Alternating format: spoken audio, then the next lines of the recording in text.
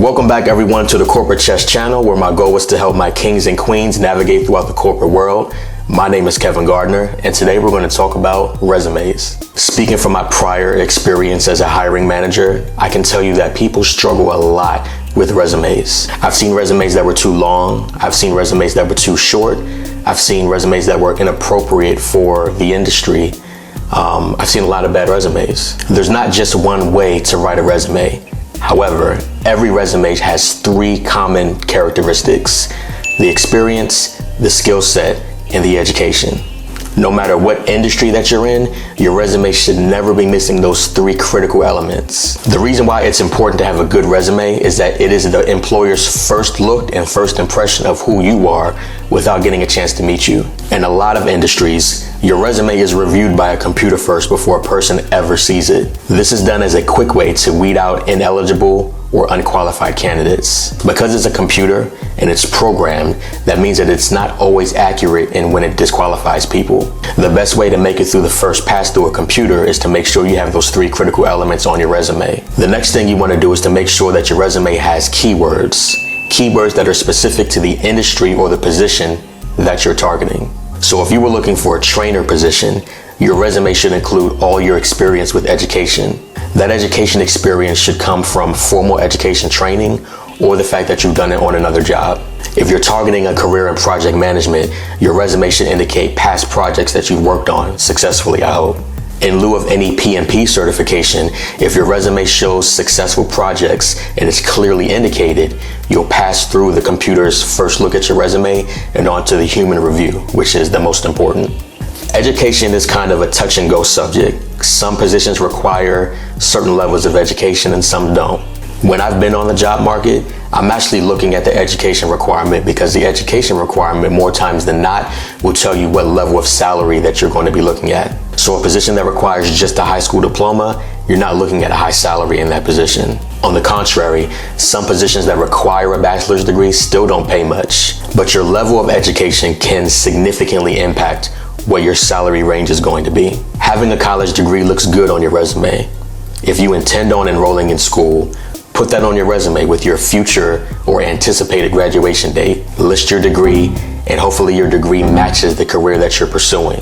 If you're not looking to pursue any secondary education, your resume should clearly indicate what your skill set is. You can obtain your skill set through a trade school, which is a form of formal education, or from prior experience. The length of your resume should never exceed more than 3 pages. When you have a resume that's longer than 3 pages, it more than likely contains either too much information or what I like to call fluff information, which is information that does not matter to the position that you're applying for. The experience that you have on your resume should not exceed more than 10 years, because what you did 10 years ago is not necessarily relevant to what you're doing now.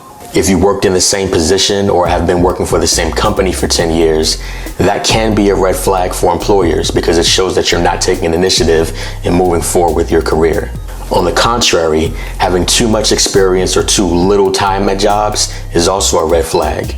It means that you hop around from position to position and you show no loyalty and you show no longevity. When I've done my resume, I've never included months for the positions that I've been in. I include years only, and the reason I do that is that I don't want to necessarily pinpoint placement from going from one job or one position to another. I generally will not include any place that I've worked for less than 9 months on my resume unless I picked up an immense amount of experience or skill set. I strongly discourage people from putting common sense skills on their resume, like knowing how to send an email or being able to type 25 words per minute, which is not impressive. Any skill set that you have, I would recommend putting a rating. So if you know Microsoft Excel at an expert level, that's what you should indicate on your resume. Now, if you don't happen to have a lot of skills, work on building those skills up. There's a lot of courses that you can take even online or on YouTube that can help you build up the skill set. So if you want to learn Excel, you want to learn Project, you want to learn Photoshop, there's lots of courses online that can help you get that knowledge, and you can put that on your resume. It makes it look a lot more attractive to a potential employer. So if you're looking for a career in the corporate world, remove all color from your resume. Your resume should be black and white. If you're pursuing a career in the arts or videography or things like that, Then you can spruce up your resume with pictures and colors and things like that. But on the corporate side, it just looks unprofessional. When listing your experience on your resume, make sure that the description is short and concise, but also detailed. The words, verbiage, and descriptions that you use for your experience play a lot into how your resume is reviewed. So for example, let's say that your job is to key information from paper into a computer, and the information that you use is used to do something else. Most people may call that data entry.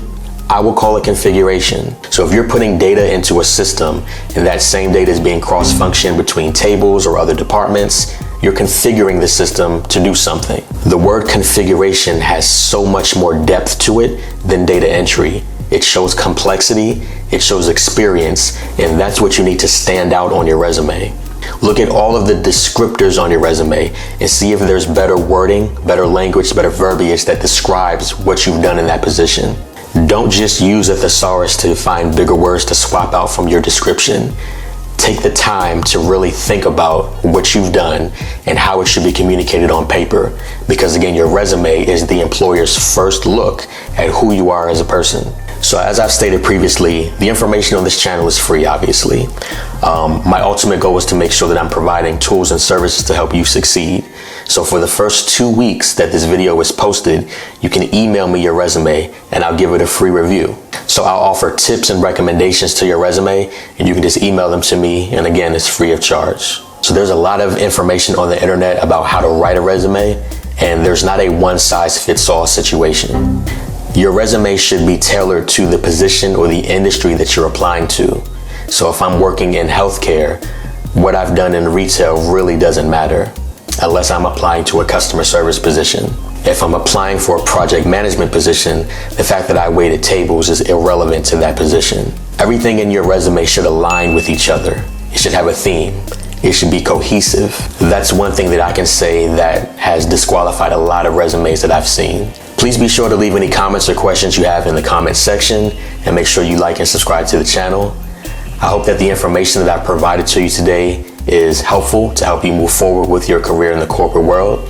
And until next time, it's KG signing off.